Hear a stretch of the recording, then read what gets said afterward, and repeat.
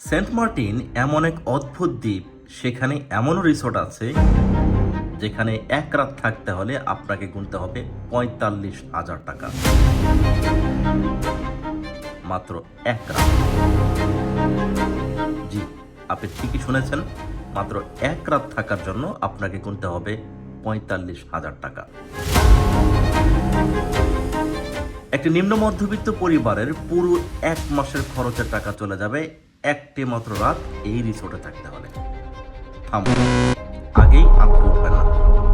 ঘূর্ণিঝড় আশ্রয় কেন্দ্রের মতো এরকম একটি সরু দালানের বিশেষ কক্ষে এক রাত থাকতে হলে আপনার পকেট থেকে যাবে ২০,০০০ টাকা। তাই আসল প্রশ্নটা এই ৪৫,০০০ টাকা বা ২০,০০০ টাকার না। এই ৪৫,০০০ টাকার বিনিময়ে আপনি আসলে কি কিনছেন? একটা রুম, নাকি একটা ভ্রমণের নাম করে তৈরি হওয়া অদৃশ্য এক খেলা? আরও অদ্ভুত ব্যাপার হলো, এই দ্বীপে এমনও জায়গা আছে যেখানে মাত্র ৫০০ টাকায় রাত কাটানো যায়। এমনকি মাত্র ৩,০০০ টাকায় বন্ধু বান্ধব সহ একসাথে থাকতে পারবেন ১০ জন। তাহলে পার্থক্যটা কোথায়? স্বাদে, সুবিধায়, নাকি সত্যিটা অন্য কোথাও লুকিয়ে আছে? কাঁড়ি কাঁড়ি টাকা খরচ করে আপনি বিলাসিতার ফানুস ওড়াবেন, নাকি শুধুমাত্র রাত কাটানোর জন্য প্রয়োজনীয় একটা মোটামুটি রুম খুঁজবেন? সিদ্ধান্ত আপনার। আমার কাজ হচ্ছে আপনার সামনে সেন্ট মার্টিনের রিসোর্ট ব্যবসার বাস্তবতা তুলে ধরা। ভাবছেন ৪৫,০০০ টাকা রিসোর্টের নাম কি, আর কি কি আছে সেই রুমে? বলছি, একটু অপেক্ষা করুন। এই ব্যবসার নির্মম জাতাকলে যেমন এক শ্রেণীর মানুষ পিষ্ট, তেমনি হৃদয় বিদারক বর্ণনা শোনা যায় স্থানীয় মানুষজনের কণ্ঠে। আমরা সেন্ট মার্টিনে পর্যটক না আসলে খুশি বুঝে বললেন। বুঝি বলছি, সেন্ট মার্টিনে পর্যটক আসার কারণে সেন্ট মার্টিনের মানুষের আত্মীয় স্বজন মনে করেন গিয়া হয়ে গেল। আপনার এই যেটা মানামন্ত আছে, এই মানামন্তটা চলে গেছে, কারণ টাকার উপরে মানুষের ইমান চলে গেছে, আত্মীয় স্বজন এখন থাকায়। দ্বীপের প্রাকৃতিক পরিবেশ ও জীববৈচিত্র্য ধ্বংস করে বানানো রিসোর্টগুলোর মালিকরা নাকি সবাই এই দ্বীপের বাইরের মানুষ। এইসব রিসোর্টে নাকি সেন্ট মার্টিনের স্থানীয় কেউ চাকরি পায় না। রিসোর্ট মালিকরা পরিবেশের ১২টা বাজিয়ে কামানো টাকার এক ভাগও খরচ করেন না দ্বীপের প্রাকৃতিক পরিবেশ উন্নয়নের জন্য।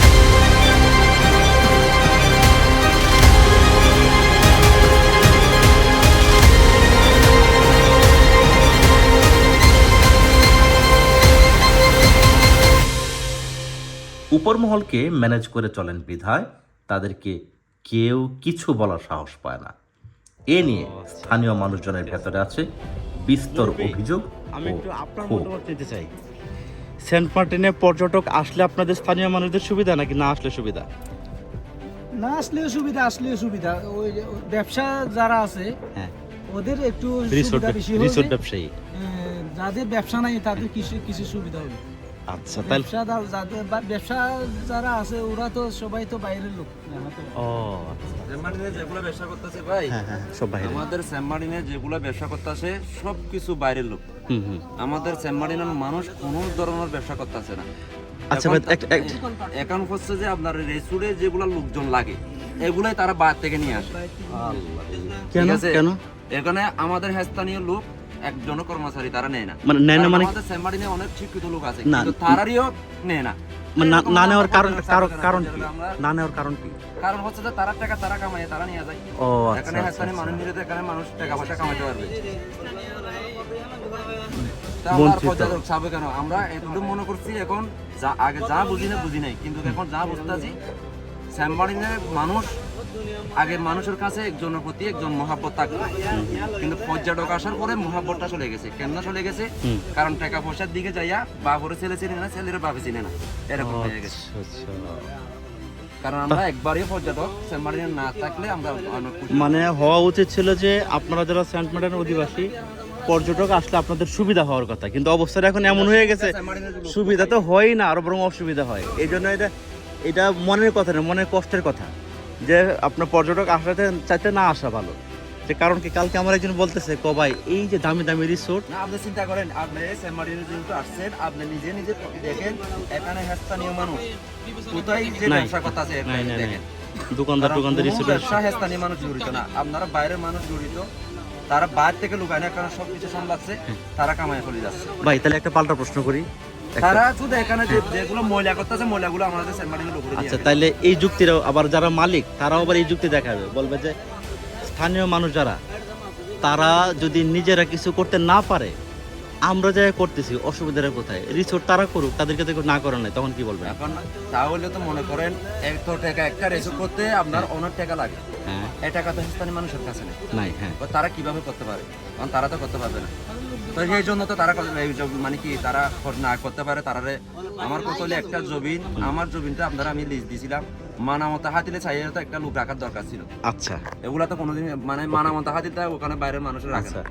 তাহলে এই resorts in Saint Martin Island আসলে কার জন্য?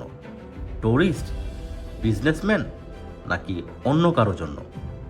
আজকের ভিডিওতে আমরা resorts in Saint Martin Island দেখব না, আমরা দেখব এই রিসোর্টগুলোর আড়ালে লুকিয়ে থাকা একটা অজানা বাস্তবতা। চোখ আটকে থাকার মতো এই রকম অসাধারণ একটি টপিক দিয়ে সাজানো হয়েছে আমাদের আজকের ভিডিও।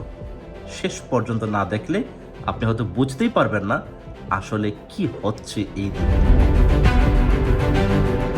সেন্ট মার্টিনে রিসোর্ট ব্যবসার আড়ালে একটি মহল যে অর্থ লুটপাট করে চলেছে, তার যাবতীয় বাস্তব প্রমাণ দেখতে হলে ভিডিওটি শেষ পর্যন্ত দেখতে হবে। পুরো ভিডিওটি দেখলে আপনার চোখ খুলে যাবে। কথা দিচ্ছি, আপনার মূল্যবান সময়ের একটি মিনিটও নষ্ট করব না। তাই রিসোর্ট ব্যবসার নামে যে এক প্রকার ডাকাতির ভয়ঙ্কর প্রতিযোগিতা চলছে, তা দেখতে সরাসরি ভিডিওতে চলে যান। বাংলাদেশের একমাত্র প্রবাল দ্বীপ সেন্ট মার্টিন আইল্যান্ড। এই ছোট্ট দ্বীপে আছে বিভিন্ন মূল্যের রিসোর্ট। আমাদের এক্সপ্লোর করা রিসোর্টগুলোকে এই ভিডিওতে আমরা 3টি ভাগে ভাগ করেছি: luxury resorts in Saint Martin Island, mid range resorts in Saint Martin Island, budget resorts in Saint Martin Island. আসুন প্রথমেই শুরু করি আমাদের আজকের প্রথম category, luxury resorts in Saint Martin Island দিয়ে। এই তালিকায় প্রথমেই আমার নজর কেড়েছে স্যান্ড ক্যাসল রিসোর্ট। আমার মুখের কথায় বিশ্বাস না করে আপনি বরং উল্টো আমার উপর খেপে যেতে পারেন বিধায় আমি সরাসরি আপনাকে নিয়ে যাচ্ছি রিসোর্টের নিজস্ব ওয়েবসাইটে। ওদের নিজস্ব ওয়েবসাইটে দেখানো হচ্ছে তাদের প্যান্ট হাউস সুইট এর এক রাতের ভাড়া 45,000 টাকা, তাও আবার এক রুমে মাত্র 3 জন গেস্ট অ্যালাউড। আপনার পরিবারের সদস্য সংখ্যা যদি 4 জন হয়, তাহলে একটি বাড়তি বিছানার জন্য গুনতে হবে আরও 2,000 টাকা এক্সট্রা। তবে আরও দুঃখজনক ব্যাপার হলো, এই রুমে কোনো বাড়তি বিছানার সুযোগ নেই। এই 45,000 টাকায় আপনি কি পাচ্ছেন?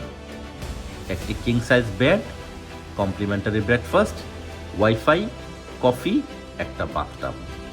প্রশ্ন হচ্ছে, এই জিনিসগুলো কি 45,000 টাকা?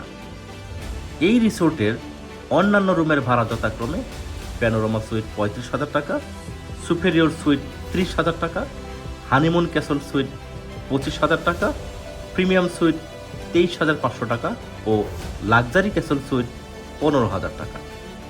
একটু ভাবুন তো, আমাদেরকে কিভাবে বোকা বানানো হচ্ছে।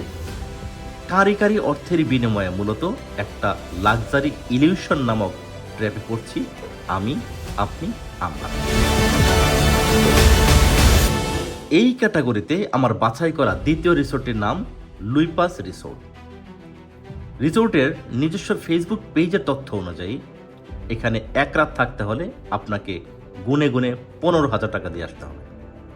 তাদের খুশি তো 5 তারকা মানের সুবিধাগুলো কি কি, চলুন সেগুলো দেখে আসি। একটা সোফা ও একটা ড্রেসিং টেবিল সংবলিত রুমে একটা বিছানা ও মোটামুটি মানের একটা বাথরুম। অবাক করা বিষয় হলো, 15,000 টাকা দিয়ে আপনি একটা রুম পাচ্ছেন, কিন্তু সেখানে দাঁড়িয়ে আপনি সমুদ্রটাই দেখতে পাচ্ছেন না। এটাও কি সম্ভব? কমপ্লিমেন্টারি বুফে ব্রেকফাস্ট নামের যে মূলা ঝুলিয়ে রাখা হয়েছে, তার বাস্তব চিত্রটা চলুন দেখে আসি। এই যদি হয় 15,000 টাকা মূল্যের সার্বিক ব্যবস্থাপনা, তাহলে প্রশ্ন আসে, রিসোর্টস ইন সেন্ট মার্টিন আইল্যান্ডে আপনি কি ভিউ কিনছেন, নাকি শুধু একটা নাম? টাকায় না কামড়ালে এত টাকা দিয়ে এই রকম রুমে থাকবেন কিনা, সেটা আপনার বিবেচনা। এই ক্যাটাগরিতে আমার বিবেচনায় 3 নম্বর রিসোর্টটি হচ্ছে ফ্যামিলি টাইম রিসোর্ট। এই রিসোর্টের নিজস্ব ওয়েবসাইটে গিয়ে দেখা গেল এর প্রিমিয়াম কটেজের এক রাতের ভাড়া 15,000 টাকা, প্রিমিয়াম রুম কাপল 13,000 টাকা, এক্সক্লুসিভ কটেজ 13,000 টাকা, এক্সক্লুসিভ সিঙ্গল বেডরুম 12,000 টাকা, ডিলাক্স রুম 8,000 টাকা। বেলা ভিস্তা রিসোর্ট, এখানে এক রাত থাকতে হলে একটি প্রিমিয়াম রুমের জন্য আপনাকে ভাড়া গুনতে হবে 15,000 টাকা। দ্য আটলান্টিক রিসোর্ট, সাইক্লোন সেন্টারের মতো সোজা দাঁড়িয়ে থাকা এই দালানের ভিআইপি রুমে থাকতে হলে আপনাকে ভাড়া গুনতে হবে 20,000 টাকা। জি, ঠিকই শুনেছেন, 20,000 টাকা। আমাদের ভ্রমণ কমিউনিটির মধ্যে একটা কথা বারবার উচ্চারিত হয়, সেন্ট মার্টিনে ঘুরতে যে টাকা খরচ হয় তা দিয়ে ভারত কিংবা শ্রীলঙ্কা ঘুরে আসা যায় অনায়াসে। এগুলো নিছক কোনো বিচ্ছিন্ন গল্প নয়। বাংলাদেশের ভ্রমণ সেক্টরকে বাঁচাতে হলে সেন্ট মার্টিনের রিসোর্টগুলোর ভাড়ার ন্যায্যতা যাচাই করা জরুরি। এই ব্যাপারে একমাত্র সরকারের পদক্ষেপই কার্যকরী ভূমিকা পালন করতে পারে বলে আমাদের বিশ্বাস। এখন আসি mid range resort in Saint Martin আইল্যান্ডের বাস্তব চিত্রে। এই টাইপের রিসোর্টই সেন্ট মার্টিনে সবচেয়ে বেশি। এই ধরনের রিসোর্টগুলো সবচেয়ে ব্যালেন্সড হয়ে থাকে। এই ধরনের রিসোর্টের সুবিধাগুলো হলো কমফোর্টেবল রুমস, ভালো খাবার, কিছু ক্ষেত্রে সি ভিউ। এখানে থাকলে আপনি যেমন একদিকে শান্তি পাবেন, আবার অপর দিকে একটু লাক্সারি ফিলও পাবেন। সব কিছুই মোটামুটি ভালো, কিন্তু এই মোটামুটি ভালো এর আড়ালেও কিছু প্রশ্ন থেকে যায়। এই ক্যাটাগরিতে সর্বপ্রথম যে রিসোর্টটি আমার নজর কেড়েছে তা হলো ইকো ডিভাইন বিচ রিসোর্ট। এদের নিজস্ব ওয়েবসাইটে বলা আছে অত্যন্ত চমৎকার একটা রুম অরুণিকা, যার ভাড়া মাত্র 7,000 টাকা, তিলোত্তমা 5,500 টাকা, ডাবল বেডের জলসা 6,000 টাকা, ছায়াবিথি 5,500 টাকা। সর্বনিম্ন রুম ভাড়া রূপচাঁদা 4,000 টাকা, লবস্টার 4,000 টাকা, কোরাল 4,000 টাকা।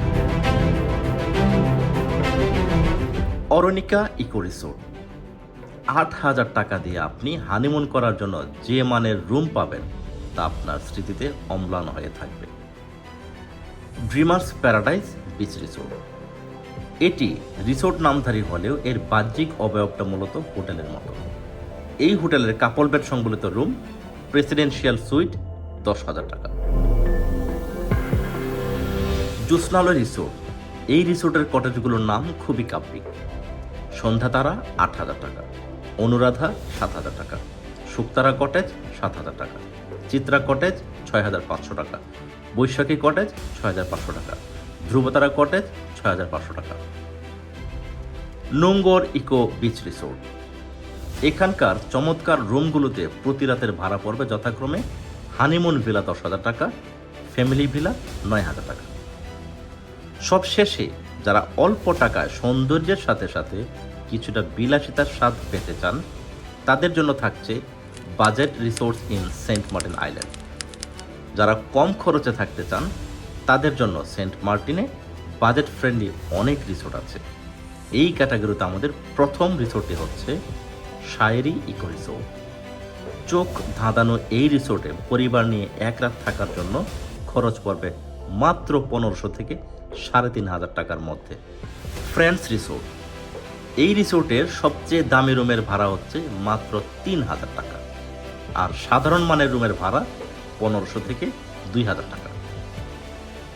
স্বপ্ন প্রবাল রিসোর্ট, 1,000 থেকে 2,000 টাকার মধ্যে এখানে থাকার জন্য মোটামুটি মানের রুম পাওয়া যায়। সমুদ্র কুটির রিসোর্ট, এখানে মাত্র 2,000 টাকা থেকে সর্বোচ্চ 3,000 টাকার মধ্যে পেয়ে যাবেন চমৎকার রুম। নীল দিগন্ত রিসোর্ট, 2,000 টাকা থেকে 3,500 টাকার মধ্যে সি ভিউ সুবিধা এখানে কাপল রুম পাওয়া যায়। আর যদি আপনি নামমাত্র মূল্যে সেন্ট মার্টিনের স্থানীয় মানুষদের সাথে থাকতে চান সেক্ষেত্রেও কিছু অপশন নিচে দেওয়া হলো। নীলকাব্য রিসোর্ট, ভাড়া 1,000 থেকে 1,500 টাকা।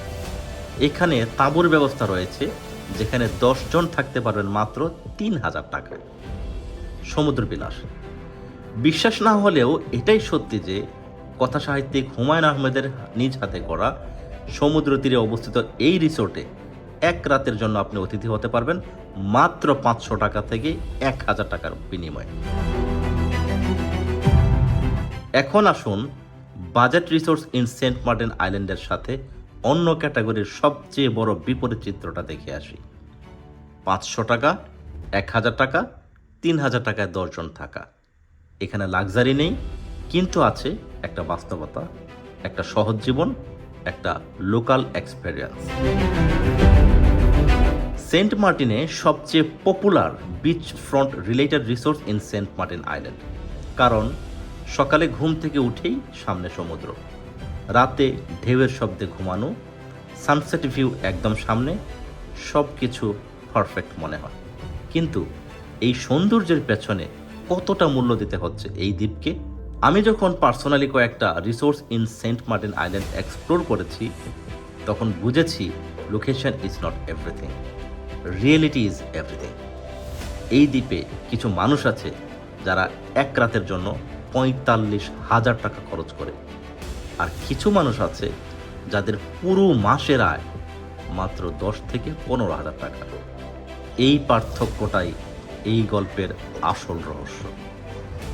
সঠিক মূল্যে রিসোর্ট বাছাই করতে হলে কিছু গুরুত্বপূর্ণ টিপস ফলো করতে হবে। পিক সিজনে ভ্রমণের আগে বুকিং করুন, সি ভিউ চাইলে আগে থেকে কনফার্ম করুন, রিভিউ দেখে রিসোর্ট বাছাই করুন, বাজেট ভার্সেস এক্সপেরিয়েন্স ব্যালেন্স করুন। রিসোর্ট বাছাই করার আগে শুধু প্রাইস দেখবেন না, শুধু লাক্সারি দেখবেন না, একটু রিয়েলিটিও দেখুন, কারণ সব রিসোর্ট এক্সপেরিয়েন্স এক না। সেন্ট মার্টিন শুধু একটা ভ্রমণের জায়গা না, এটা একটা গল্প। একদিকে বিলাসিতা, অন্যদিকে বাস্তবতা। আপনি কোনটি বেছে নেবেন সেটাই নির্ধারণ করবে আপনার ভ্রমণের অভিজ্ঞতা। আর সেই অভিজ্ঞতার বড় অংশ হলো আপনি কোন রিসোর্টে থাকছেন। এই ভিডিওতে আমরা দেখলাম best resorts in Saint Martin island. Saint Martin আইল্যান্ডের এই সিরিজে আমরা দেখেছি cinematic Saint Martin, coconut trees mystery, coral mystery, Chhera Dwip, night mystery, food experience. সব ভিডিওর লিঙ্ক ডেসক্রিপশনে দেওয়া আছে, মিস করবেন না। ভিডিওটি যদি আপনার চোখ খুলে দিয়ে থাকে একটা লাইক দিন, কমেন্ট করে জানান আপনি 45,000 টাকার রিসোর্ট নেবেন নাকি 500 টাকার বাস্তবতা। আর এমন সিনেমাটিক ট্রুথ জানতে সাবস্ক্রাইব করে পাশে থাকুন।